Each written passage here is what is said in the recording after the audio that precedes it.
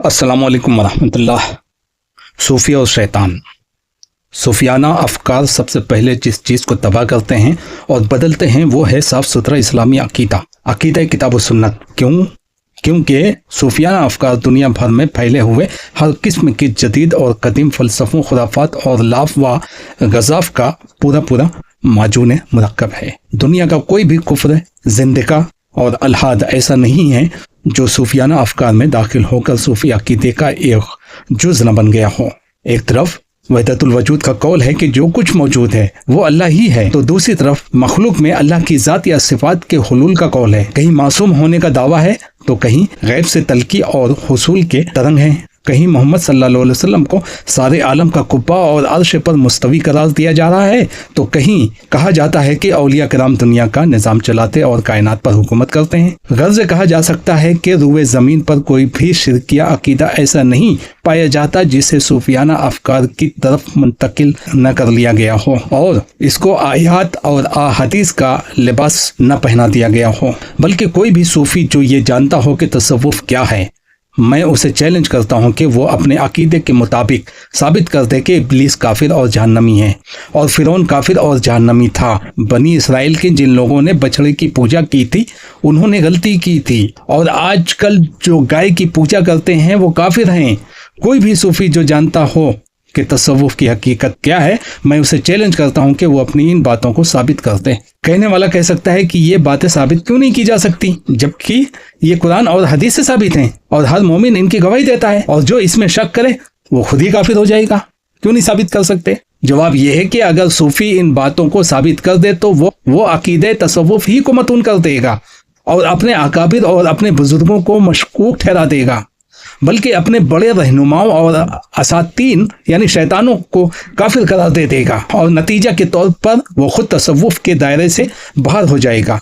क्योंकि तसव्वुफ के शेख अकबर बद्दीन इब्ने अरबी का दावा है कि फिरौन मूसा अलैहिस्सलाम से बढ़कर अल्लाह ताला को जानता था। जिन लोगों ने बछड़े की पूजा की थी उन्होंने अल्लाह ही को पूजा था, क्योंकि बछड़ा भी उसके खबीस अकीदे की रूह से अल्लाह ताला ही का एक रूप था।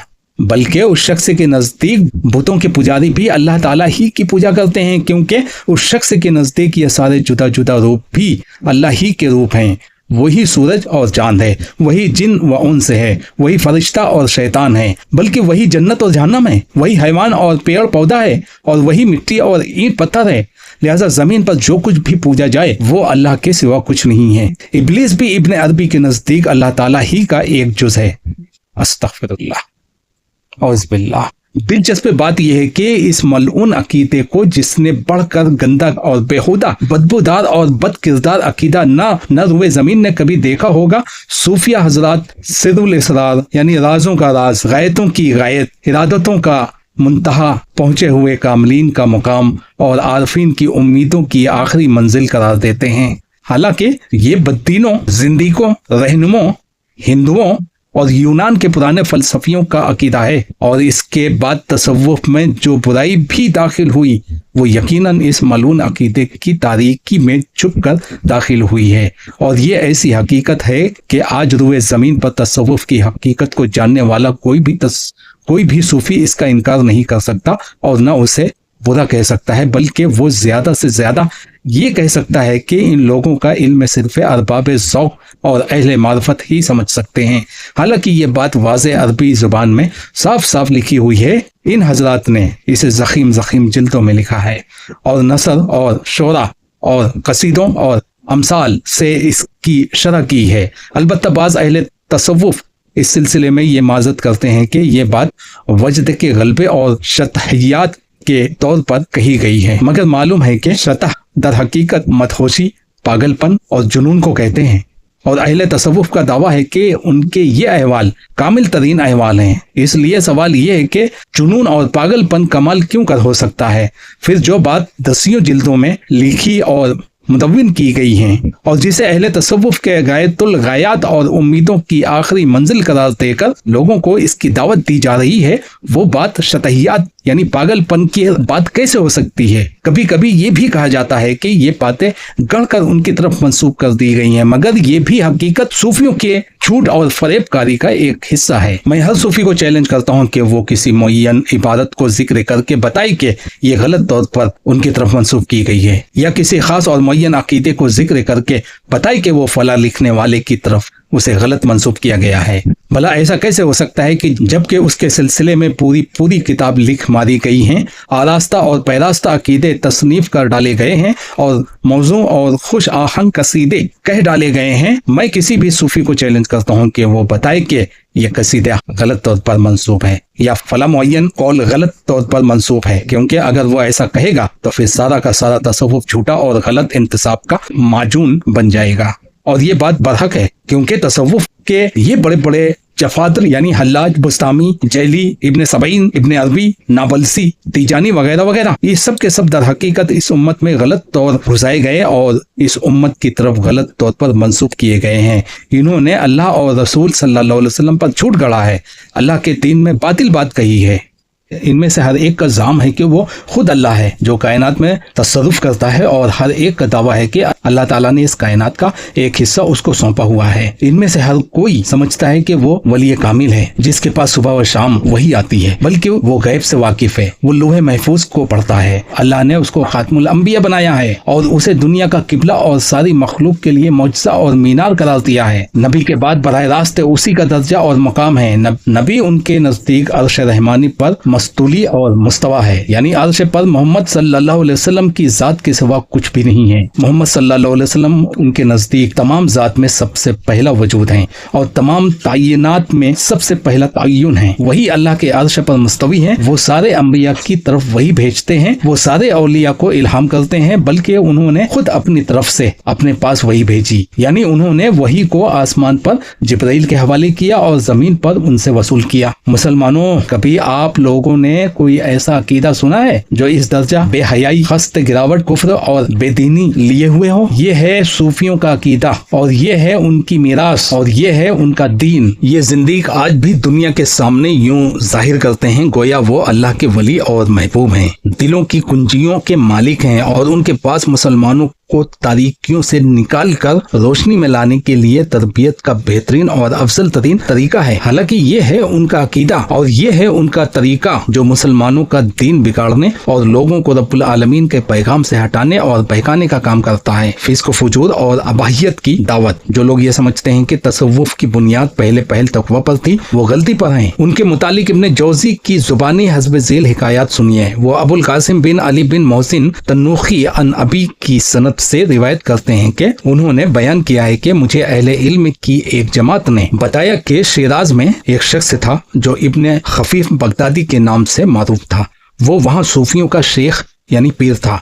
सूफिया उसके पास जमा होते और वो दिल में गुजरने वाले ख्यालात और वसवसों के मुतालिक बातें किया करता। उसके हलके में हजारों आदमी जमा होते और बड़ा खुशहाल, चालाक और माहिर था। उसने कमजोर लोगों को इस मजहब में फंसा रखा था। वो बयान करते हैं कि उसके शागिर्दों में से एक आदमी मर गया और अपनी सूफी बीवी को छोड़ गया। उसके पास बड़ी तादाद में सूफी औरतें जमा हुई। इस मातम में उनके सिवा कोई और औरत शामिल न थी। जब लोग उस आदमी को दफन करके फारिग हुए तो इब्ने खफीफ और उसके खवास शागिर्द थे जो खासी बड़ी तादाद में उसके घर आए थे और औरत को सूफियों की बातों के जरिए तसल्ली देने लगे, यहाँ तक कि उसने कहा कि मुझे तसल्ली हो गई। तब इब्ने खफीफ ने उस औरत से कहा, यहाँ गैर भी हैं? उसने कहा, नहीं, गैर नहीं है। उसने कहा, फिर नफ्स पर गम और अलम की आफतों को लाजिम करने और उसे रंज और गम के अजाब में मुब्तला रखने से क्या फायदा? आखिर हम किस बिना पर इम्तिजाज को जोड़ते हैं? क्योंकि इससे अनवार एक दूसरे से मिलेंगे, रूहें साफ होंगी, आमद व रफत होगी और बरकतें नाजिल होंगी। इसके जवाब में औरत ने कहा, अगर आप चाहें। नतीजा ये हुआ कि मर्दों और औरतों की जमातें एक दूसरे से रात भर भिड़ी और खलते मलते रहीं और जब सुबह हुई तो निकल भागी। इस वाक़ये के रावी मोहसिन कहते हैं कि खफीफ ने जो ये कहा कि यहाँ गैर हैं, तो इसका मतलब ये था कि यहाँ कोई ऐसा भी है जो हमारे मजहब के मुवाफिक नहीं, और औरत के जवाब का मतलब ये था कि हमारा कोई मुखालिफ मौजूद नहीं। इब्ने खफीफ ने जो ये कहा था कि हम इम्तिजाज को क्यों छोड़ दें, तो इसका मतलब ये था कि वती में इख्तिलात होना चाहिए, यानी एक मर्द कई औरतों से और एक औरत कई मर्दों से वती करें और कराएं। और जो ये कहा कि उससे अनवार एक दूसरे से मिलेंगे, तो उनका अकीदा ये है कि हर जिस्म में एक खुदाई नूर है, बस बदकारी के नतीजे में मर्द और औरत के अंदर मौजूद खुदाई नूर एक दूसरे से मिल जाएगा। अस्तगफिरुल्लाह। और ये जो कहा कि आमद व रफत होगी, तो इसका मतलब ये है कि तुम में से जिसका शोहर मर गया या सफर में चला गया, उसकी जगह दूसरा आ जाएगा। मोहसिन कहते हैं कि ये मेरे नजदीक एक अजीम वाकया है। अगर मुझे इसकी इत्तला एक ऐसी जमात ने न दी होती जो झूठ से दूर और नफूर है, तो मेरे नजदीक इतना अजीम वाकया है और दारुस्सलाम में ऐसी बात का पेश आना इस कदर मुस्तअबद है कि मैं इसे बयान ही न करता।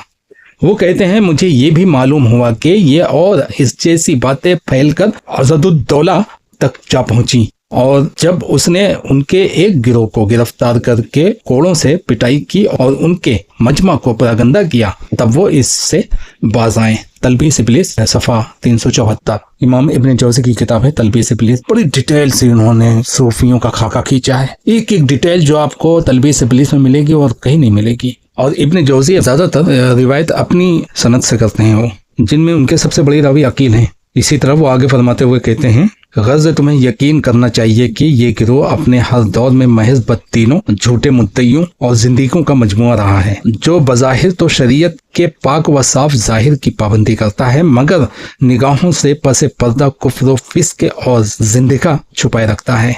इसीलिए इब्ने अकील हतमी तौर पर कहते थे, जैसा कि इब्ने जौज़ी ने उनसे नकल किया है, कि ये लोग जिंदीक, मुल्हिद और दीन के झूठे दावेदार हैं।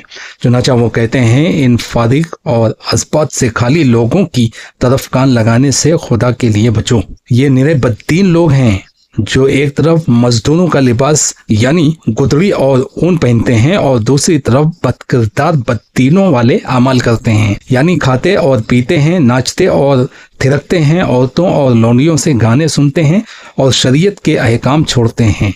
जिंदगियों को भी जरायत नहीं होती थी कि शरीयत के अहकाम छोड़ दें, यहाँ तक कि अहले तसव्वुफ का ज़हुर हुआ तो वो बदकारों की रविश साथ लाए। याद रहे कि इब्ने अकील ने ये बलीग इबारत अपने ज़माने के सूफियों के अहवाल दर्ज करने के बाद लिखी है, और वो लिखते हैं कि इब्ने अकील सूफियों की सियाकारियां बयान करते हैं। मैं कई वजह से सूफियों की मजम्मत करता हूँ, जिनके फेल की मजम्मत को शरीयत ने जरूरी करार दिया है। एक वजह यह है कि उन्होंने बेकारी के अड्डे या अहदी खाने कायम कर रखे हैं। इससे मुराद उनकी खानकाहें हैं, जहाँ वो मसाजिद की जमातों से कटकर पड़े रहते हैं। ये खानकाहें न तो मस्जिद में, न मकानात, न दुकानें, वो उन खानकाहों में आमाले माश से कटकर महज बेकार पड़े रहते हैं, यानी किसी काम की नहीं है। ये न इबादत की जगह है, न कमाई की जगह है, बस ये वहीं पड़े रहते हैं खानकाहों में।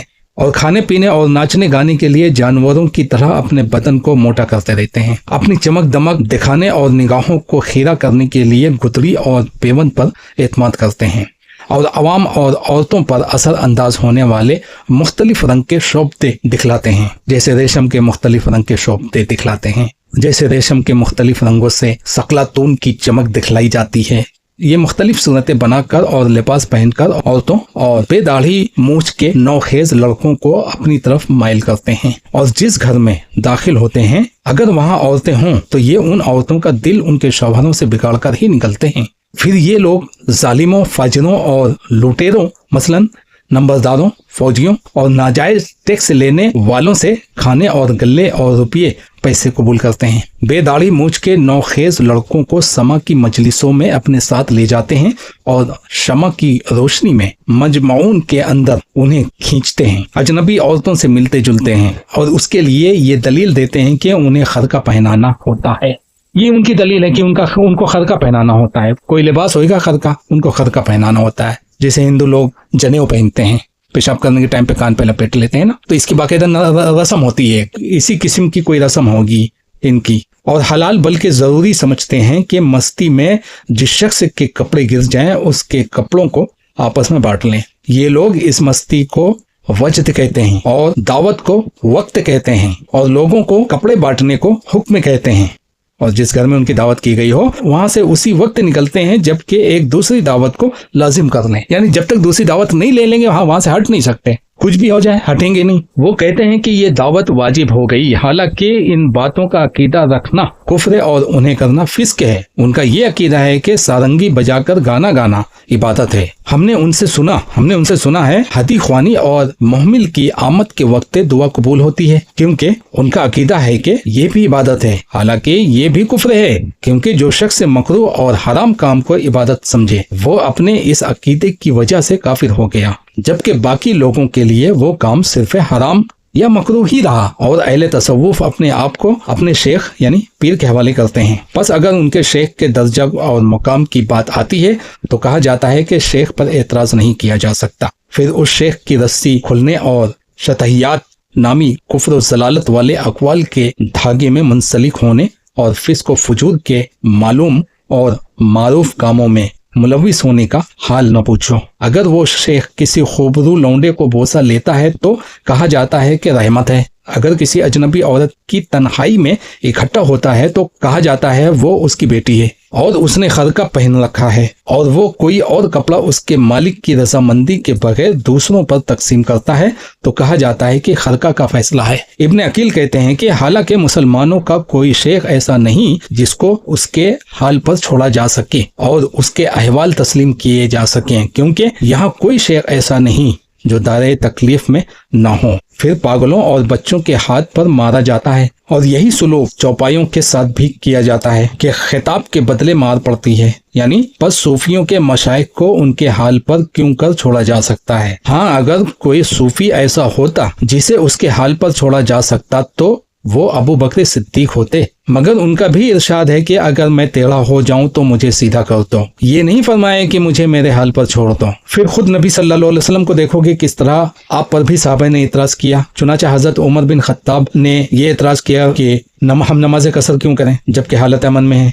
इसी तरह एक दूसरे साहबी ने कहा कि आप हमें विसाल से क्यों रोकते हैं, सोमे विसाल से, बिना इफ्तारी और बिना सहरी का रोजा लगातार कई दिन तक, उसे सोमे विसाल कहते हैं, क्यों मना करते हैं। इतराज हुआ ना, जबकि आप खुद विसाल करते हैं। एक साहबी कहते हैं कि आप हमें हज के एहराम को उम्रा में तब्दील करने का हुक्म दे रहे हैं और खुद ऐसा नहीं कर रहे हैं। फिर और आगे बढ़ो तो देखो अल्लाह ताला पर भी एतराज होता है। वो कैसे? यानी तख्लीक आदम के मौके पर उससे फरिश्ते कहते हैं, अरे अल्लाह, क्या जमीन में तू ऐसी मखलूक को बनाएगा जो फितना और फसाद मचाती फिरे आखिर तक। इसी तरह अल्लाह ताला से मूसा अलैहिस्सलाम ने कहा था कि क्या तू हमारे बेवकूफ़ों की करनी पर तू हमें हलाक कर देगा। एतराज किया ना। वाज़े रहे कि सूफियों ने ये बात के शेख पर एतराज नहीं किया जा सकता अपने अगलों को खुश करने और ताबेदारों और मुरीदों पर उसके सुलूक का सिक्का बिठाने के लिए इजादी की है। जैसे कि अल्लाह ताला का इरशाद है, फिरौन ने अपनी कौम को हकीर जाना तो उन्होंने उसकी बात मान ली। और गालबन ये बात इन्हीं लोगों ने ईजाद की है जो ये कहते हैं कि बंदा जब अपने आप को पहचान ले तो जो भी करे उसे कोई जरर नहीं पहुंचता। हालांकि ये गायत दर्जा बददीनी और गुमराही है, क्योंकि फोका का इस बात पर इजमा है कि आरिफ जिस हाल तक पहुंचता जाता है उस पर तकलीफ का दायरा उसी कदर तंग होता जाता है। जैसे अंबिया के हालात हैं कि उन्हें सगायर के सिलसिले में भी तंगी के अंदर रखा जाता है, बस उन फारिग और अज़बात से खाली लोगों की तरफ कान लगाने से खुदा के लिए बचो, खुदा के लिए बचो। ये लोग महज जिंदीक हैं जिन्होंने एक तरफ मजदूरों का लिबास यानी गुदड़ी और ऊन पहन रखा है और दूसरी तरफ बेहया और बदकिरदार मुल्हिदों का अमल अपनाए रखा है, यानी खाते पीते हैं, नाचते थिरकते हैं, औरतों और लौंडियों से गाने सुनते हैं और शरीयत के अहकाम छोड़ते हैं। जिंदीकों ने भी शरीयत को छोड़ने की जरात नहीं की थी, यहाँ तक कि अहले तसव्वुफ आए तो बदकारों की रविश भी साथ लाए।